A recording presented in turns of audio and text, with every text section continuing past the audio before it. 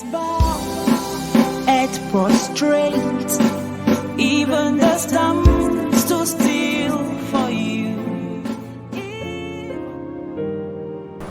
Hello everybody, my name is Chibuike Egbujiem, the President and CEO of Mind Buildup, a consulting company that helps young people to build their businesses and their career from wherever they are starting from. And today we have an interview with Pastor Douglas Vincent, and it has been a wonderful time in this series, and I wish you are going to like it. May we meet you, sir?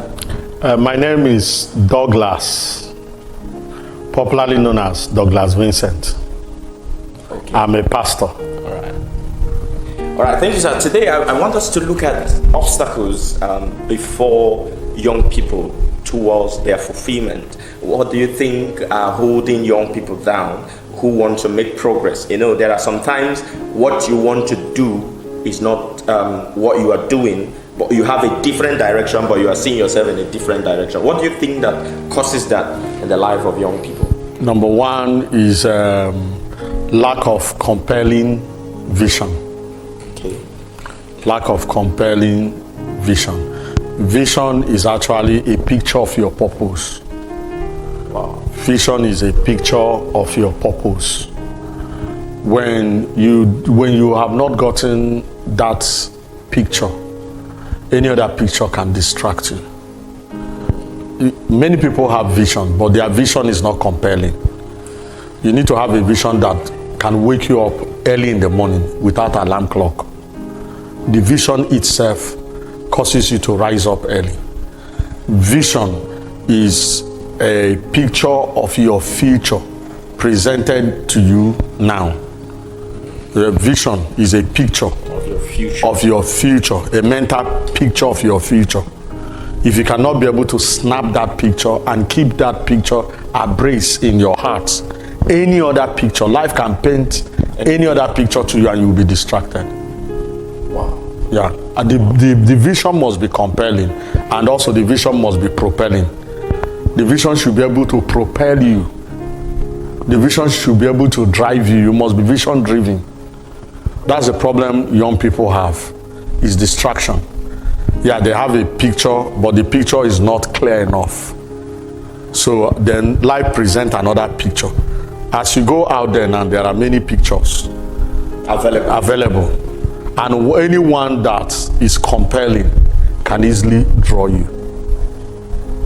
So that's one of the reasons. So what you're trying to say is that if you don't have a compelling vision and you go out there, a bigger vision that is more compelling can draw you away to their own side. Yeah. Wow. Okay. Looking at your focus now, what do you think is pushing you to that direction? What is compelling you? It's the vision I have in my head. Okay, can we know that vision? I have a vision to be able to let the world know about the love of Jesus Christ. Okay. The love of Jesus Christ. And also to help people become productive in life.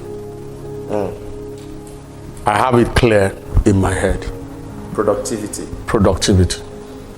There are more to us than eyes could see. There are so much in every man. The greatest wealth in Africa is not the oil well, it's not the gold mine in South Africa or in Ghana, or the gold in Zamfara, or the oil in Rivers State or Bayelsa State or in Niger Delta. The greatest wealth is in every man. The greatest wealth is actually human capital. There's so much in men that they have not realized. As you are sitting down here, there's so much in you that you don't even know. So if there's any prayer anybody need to pray for himself, is Lord, that which I do not know about me, show me. Okay, this human capital development which you're talking about, and I see it more in the young people, because a lot of young people are distracted with a lot of things out there. So what would you advise the young people towards building their own capital, their own personality, their own human development? How do you think they can be able to achieve that, to be able to succeed? One, they need a mentor. Very necessary. Because one thing about young people is that they are full of energy. Okay. Yeah. In this age, you hardly see a young man that is with one talent. In this age, they're always multi-talented. And because they are multi-talented, they don't know how to focus their talent. You know, for example, if you have a lens and you have a paper, if you focus the sun ray at a particular point on the paper, it will burn. Now, what he just did is that there are so many sun rays, but with the help of a lens, you were able to focus it. That's why I say they need a mentor who can be able to help them find their focal point, who can focus them. Because though you have diverse talent, but there is dominant talent. Every other talent you have is to complement just that dominant talent. So basically what young people need is mentorship. They need to sit down under somebody that they admire, okay? Somebody they look up to. Find a way to sit down under the person and be mentored. And the person should be able to help them to discover their talent, their dominant talent, their dominant gift, and work on it until it becomes what God intended to be. Well, you've heard it from him. He said people are multi-talented. Everybody is multi-talented. Recently, because of I think technology is helping, education is helping. You know, a lot of things are responsible for these diverse, talented, people around the world. I know breastfeeding is also helping to increase the IQ of young people.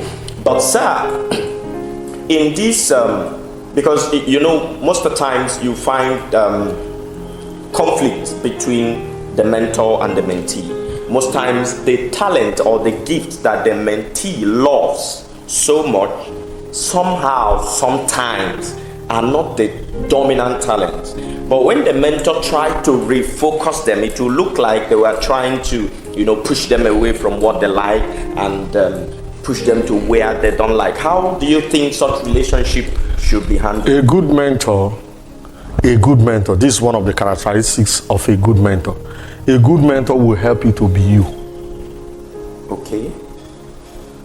Anybody that is trying to change your design and your orientation as a mentor is not a good mentor.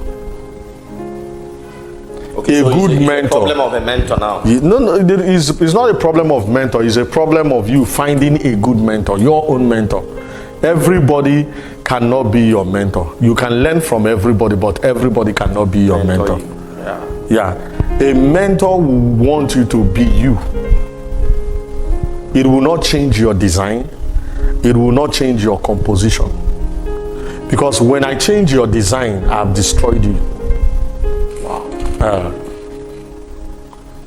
A good mentor will help you to find your true self. That's the job of a good mentor. Now look at Jesus and his disciples.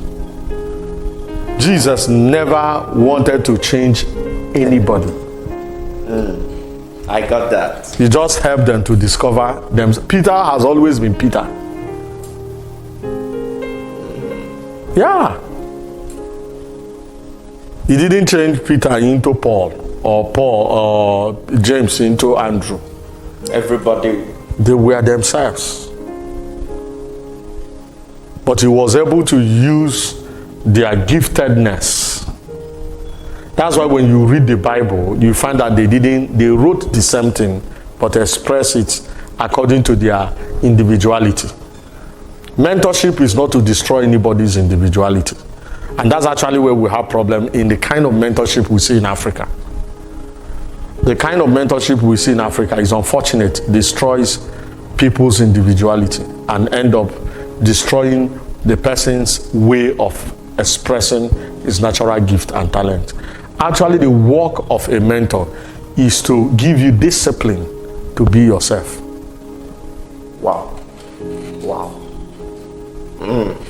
Yeah, you've heard it.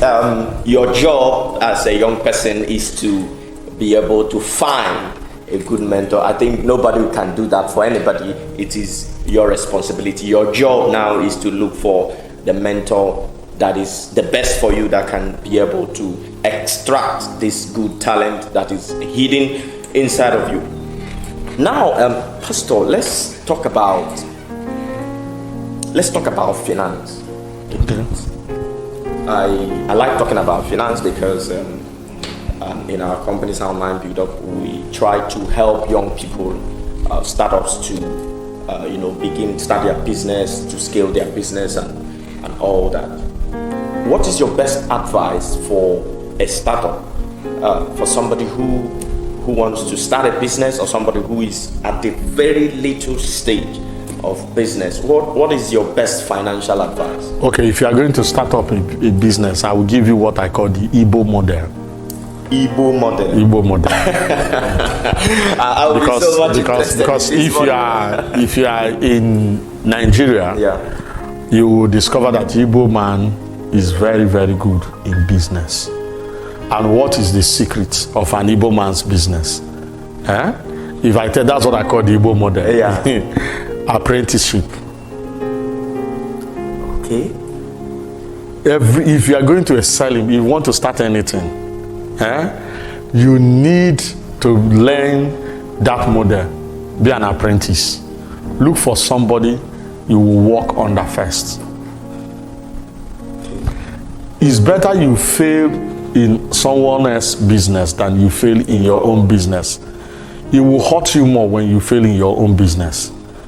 But when you fail in somebody else's business, you can easily be forgiven and corrected, and it will not hurt you more. At least you know you are learning.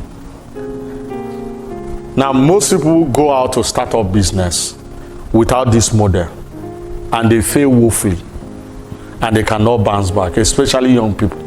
I always advise young people, before you go into any business, any career, look for a learning ground, a place where they can take you in as an apprentice, as a student. Make your mistake. You will definitely make mistake. You will even do some stupid things. You will be corrected. It's in that apprentice school, that's where they will give you the discipline that is required. And that's why they will develop what I call financial sense, or what Igbo people call akonuche. I love that. The akonuche is a very big word that is sound. It's a compound word. Compound word. Ako. Nuche. Uche. Yeah. And it's from that akonuche that ako will come from. Wow. You are doing it quite. No. That's the truth. You know, wisdom is actually embedded in people's dialect. Yes. In proverbs and idioms. Yeah. Now, if you're a young person, you want to start up anything, like I said, you need to do apprentice. Maybe 2 years, 3 years, 4 years, 5 years. As a pastor, I did apprentice before I get to where I am. I did it for 18 years. That's serious. So somebody will see me sounding this way. He will say, the guy just woke up. Now, the longer you stay, the better. Because you are going to be like an arrow in the hand of a mighty man. Now, in the making of an arrow. Yeah. Now, the strength of the arrow is not on the arrow, is on the hand, the strength of the archer. Yeah. Now, but in the making of arrow, what makes an arrow deadly is how long the arrow can stay in the quiver. And a good warrior does not make an arrow and use it today. When an arrow is prepared, they will put it in a quiver. It will stay in the quiver. They will kill a snake, they will extract the poison and put it there. Rats will die, they will extract it, they will carry the dead rat and put it there. That's what makes arrow to be poisonous. So the longer it stays, the head of arrow is now rust with poison. So the moment it's being shot at anybody and it penetrates, the whole poison goes inside. So the longer you stay in the place of learning, the better. The longer you stay in the place of learning, keep practicing, the day you will come out, you will be like John the Baptist, who was hidden in the wilderness until his time came. The problem is that people, premature exposure. For the fact that you have money does not mean that you have the requisite wisdom to run the business. Starting up business, money is a factor, but it's not one of the major factors. I've seen people, they are stupid with money because they don't have akonuche. You get akonuche in what Igbo people called Ibudubo. And that's the teaching of the Bible. I'm liking this interview. And that's the teaching of the Bible. Yeah, that's the teaching of the Bible. If you look at Jacob, the wisdom of Israel came from Jacob going to work for Laban. Yeah. And even had to double it. And he worked for 14 years. Yes. And if you look at when Jacob was in his father's house, he was a little bit naughty and crafty. But after he met Laban, he came back. You will not hear anything about Jacob. He became a calm and a quiet man. Yes. Because life have dealt with him in his master's house. Now God does not take anybody to the palace without passing the person through Ibudubo, servanthood. Because the shortest way to the royal palace is the servant yard. The shortest road to the royal palace is the servant yard. Wow. God will take you through that road, and that's what I call apprenticeship. The moment you find yourself in that place, that's where pride will die. Wow. Like that's why I call the Igbo model. Yeah. When you go to your guy in Lagos with all your trousers, your guy will tell you to bring your box. You brought out your box. Madam will sit down with scissors. They will transform your trousers to a short. Or what an Igbo man will call short knicker. There's wisdom in it. And when you enter inside markets, you will notice that most young men, they are wearing shorts. It's the oga them that are wearing trousers. So any day they see you with trousers, you have stolen your master's money. It's not the issue of you are stealing your master's money, they are going out. They are trying to teach you how to save and be prudent. Though you will be labeled as a thief and the clothes will be taken from you. But that's not where they are going. So they are trying to tell you that you have to be sensible enough to save. So even if you have stolen your master's money, it's not to use it to buy clothes. You see, they are now focusing you on your future.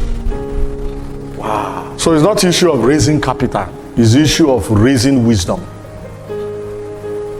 Wisdom is higher than money. In fact, if you put wisdom and put money, I will choose wisdom. Because with wisdom, I will generate money. That's why in the other interview, I told you, everything I've ever done, I've never done it with money. Yeah. That's why Solomon's greatest prayer was not money, it was wisdom. And when God answered him, he said, even that which you didn't ask, I will give you. Because once you have wisdom, money will come with it. It's a question of time. Wow, this is mind-blowing, the Igbo model in business. I've read a lot of things about the Igbo system that, is as long as any person can think about the Igbo tribe in Nigeria. But hearing this dimension is actually mind-blowing. You've really taken me back as an Igbo man.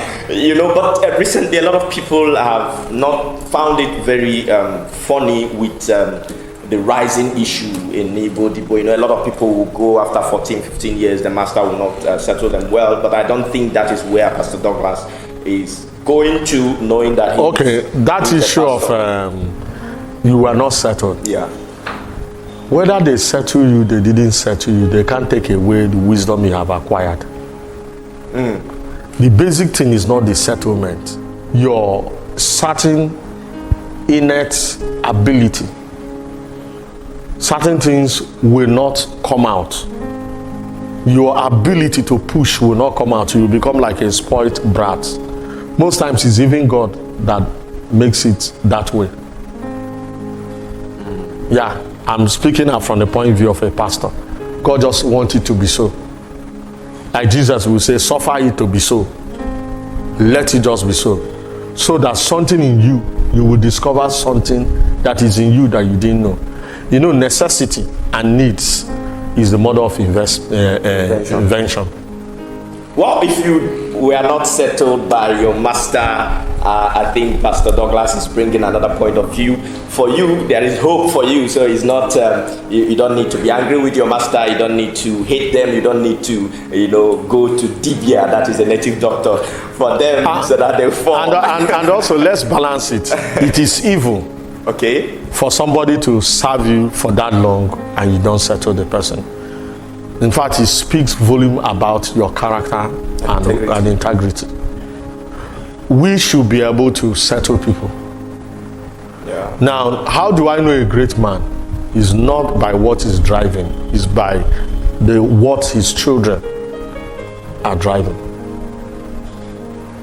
Now, do you mean their biological children? No, not just biological children. In business. That the people he has raised? Yes. There's a senator from Anambra State who recently returned home to do a birthday party, a surprise birthday party for the man that raised him in business. Wow. And he brought close to 100 and something millionaires raised by one man. And they concealed the birthday party. A present serving senator. There's somebody who raised him. He concealed it from the man, and that day the man was surprised. Who is who in terms of money in Anambra State? They were there. If the man didn't settle them, there's no way they will come back. Actually, settling those that work with you is actually you buying your future. Because one day you will be weak. No matter how strong a lion is, there's a day his strength will fail him. Wow. This is another side that I like so much. Pastor is really dissecting this thing for us. A lot of times we fly too high that we forget to reap the wisdom that is within our confines. For a servant that was not well settled, there is hope for you. You can make things better for yourself. Maybe there's an unfortunate thing that happened to the Oga and he couldn't settle you. But then for the Oga himself, there is also wisdom for you to be able to settle your masters. This has been an awesome moment. I want to thank you, Pastor, for being here, and I think I'm going home with the Igbo model business system. Igbo model business system is better than Harvard. In fact, recently I saw a video documentary whereby some people came from Harvard to Alaba to study the Igbo model of business, because they were amazed how somebody will come from the village with a nylon bag and have so much. In just a matter of years. In just a matter of years. And the Igbo business model, which we'll discuss in another day, okay? Because we need to let people know. Really dissect it. Okay? Is also in community wealth. Community wealth. An Igbo man does not believe he should be the only sun that shines for the whole world. Doesn't believe in that. An Igbo man believes in stars. All stars shining at the same time. That's why when you look at Igbo chieftaincy title, you will see Onwa 1, Onwa 2, Bakbando 1, Bakbando 2. You understand? Yeah. This one, you will not see Onwa 1, Onwa 2. That's what I'm trying to say. You will not see Bakbando 1, Bakbando 2. Everybody have his own title. Like all the stars have their own constellation, their own names, and they shine at the same time. And an Igbo man is not afraid.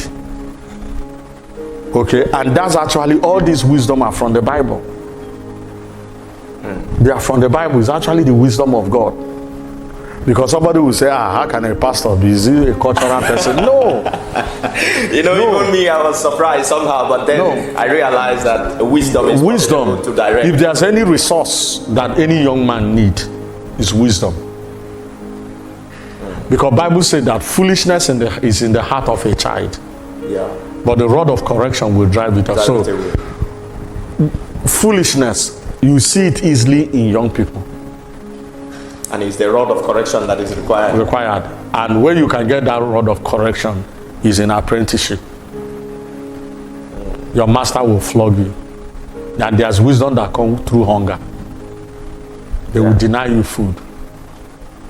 I have served in a place whereby the man is eating and they are stable. He asked me to hold it. I hold it like this.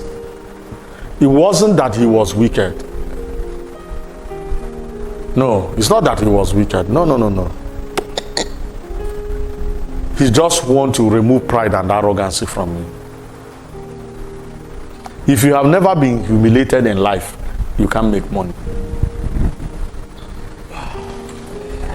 So this has been an awesome moment, and in fact, the way it's doing me, I wish that we could. If you study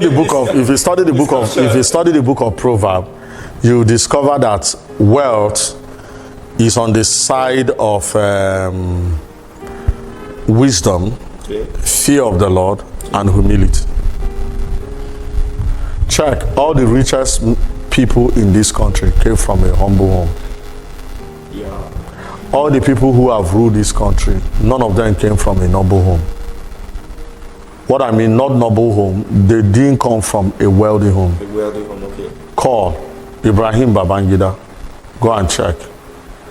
Obasanjo, go and check. Who else will you call? None of them. They came from a very humble beginning. Good luck, Jonathan. He had no shoe. It takes humility to take you to a place of wealth and power and influence. And you can only get that in a place of apprenticeship. Wow. If there's any program we need to teach now, is apprentice. We need to go back. Go back there. Thank you very much, sir. I really, really appreciate. You've heard it. A lot of principles have come out of this discussion. We've talked about humility, talked about vision, talked about apprenticeship, talked about the Igbo business model. If you have not researched on that, I want to give you a challenge. Go and research and study about the Igbo business model. That is the Igbo Dibo. Thank you very much. I'll see you next time.